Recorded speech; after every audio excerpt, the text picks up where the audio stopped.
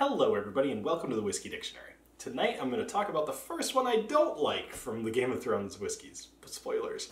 So let's just say the Tullys in my mind are kind of boring as far as the show goes. You know, yeah, Catelyn Stark was part of some of the coolest scenes in the show. Certainly some of the most surprising ones.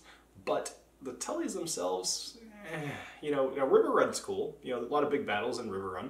But once again, the Tullys, whatever. Not a whole lot going on. So, Riverrun and the River Fittich. They're kind of the association that Diageo decided to make here.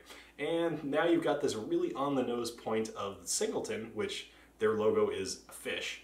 And then you've got Hoster Tully, whose sigil is a trout. So once again, kind of just on the nose and a little boring. I don't know, everything about this one's kind of boring. So let's go ahead and go into the nosing and the tasting and see if it kind of improves. Now, I will say this is a 40% ABV. This is a no-age statement, so 3+ years, based off the fact that it's a Scotch. And then it's 100% malted barley as well. So go ahead and give it a nose.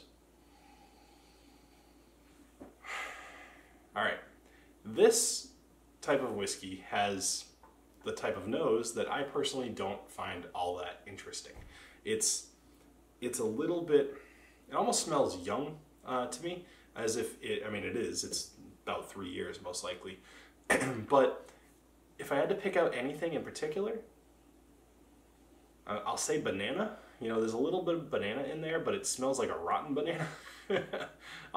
Mostly in that it's sugary. You know, like it's got a sweetness to the banana flavor. It's kind of like what you would make banana bread out of. Not saying like just a moldy, gross banana, but like a over-ripened banana.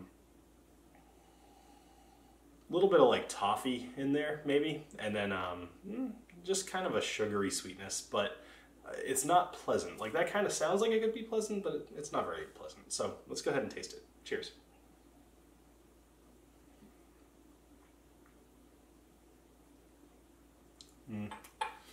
Not loving the finish on that.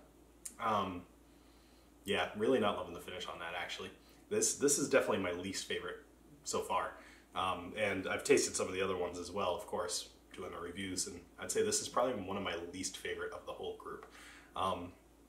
To get some of that stuff out there, you've got a lot of malt going on, which is fine if it's mixed with other things. I'd say it's just very heavy on the malt, and for me, that's not a pleasant taste.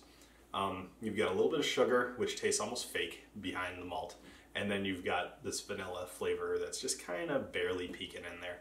Overall, just a very boring whiskey. This one is far beyond just an ignore it from me. I wouldn't even bother. So, sad. But you know what? There's more whiskey to come, more Game of Thrones episodes, so join me real soon. And have a great rest of your night. Cheers. Actually, I'm not even going to go for the second sip. Cheers.